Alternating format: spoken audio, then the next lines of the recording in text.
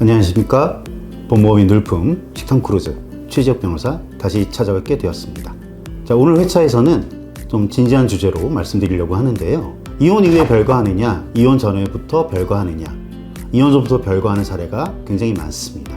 그러면 함께 살던 집에 한 명만 살게 되는 경우잖아요. 자, 이 경우를 어떻게 해결할 것인가? 협의가 되시면 모르겠는데요. 제가 준비한 건 당연히 그 집을 언제 어떻게 비울지에 대해서 협의가 이루어지지 않았을 때 어쩔 수 없이 변호사와 법원의 힘을 빌어서 이 문제를 해결할 때 과연 어떻게 구체적으로 해결되고 처리되는지에 대해서 오늘 상세히 말씀드려 보도록 하겠습니다.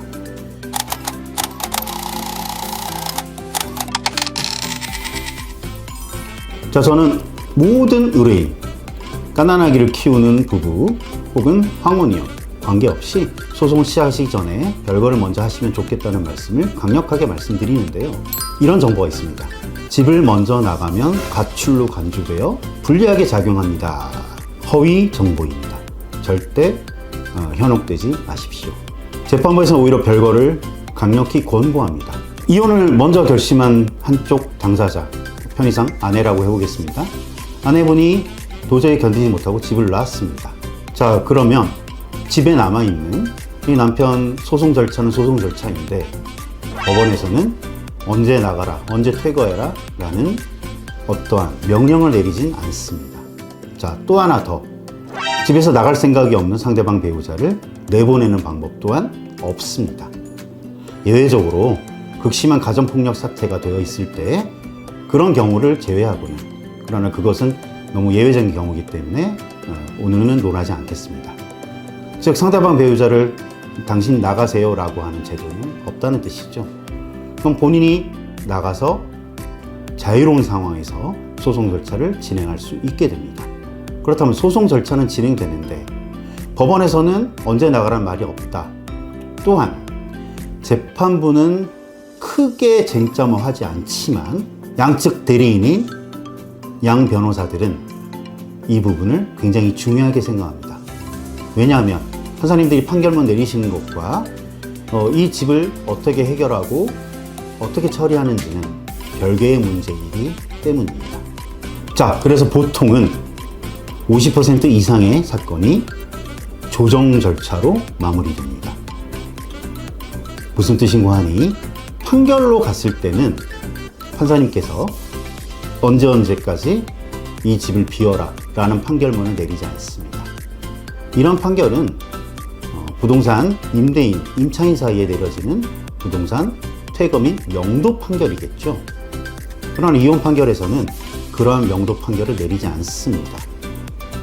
그러나 조정 절차에서는 가능합니다. 판결문이 아닌 조정 절차에서는 기간을 두고 집을 내놓기를 권고합니다. 그런 절차를 거쳐서 몇 개월 내에 집을 정리하라 라는 조항을 내려주게 됩니다. 이렇게 조항을 내려줬는데 상대방이 약속을 안 지키면 어떡하죠? 걱정하지 마십시오. 판결문으로서 퇴거와 명도 판결이 내려지지 않을 뿐 조정조서에 2025년 10월 31일까지 집을 비워라 라는 조정조항은 판결 효력과 동일합니다. 좀 극단적인 말씀을 드리자면 그 날짜를 경과해서도 집을 못 빼요. 몇 개월간 유예를 주긴 하겠죠.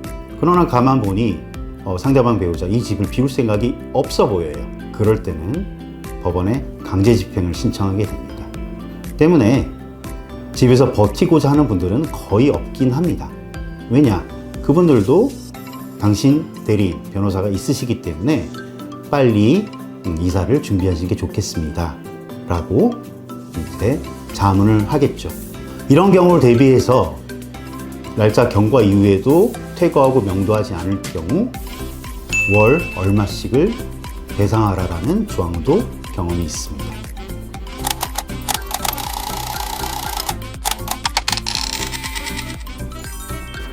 오늘 회차에서는 별거 이후에 살던 그 집에 대한 처리의 문제는 별개라는 말씀입니다. 그러나 변호사들이 왜 적지 않은 수임료를 받고 소송 절차를 위임받아 대리하겠습니까? 판사님께서는 책임지실 수 없는 부분을 양측 대리인인 변호사들이 이런 부분까지도 디테일하게 해결하여 드리기 때문입니다. 네, 오늘 회차 컨텐츠 유용하셨기를 바랍니다. 영상 시청 후 궁금하신 점이 있으면 댓글 남겨주시고요. 다음 화차 때 뵙겠습니다.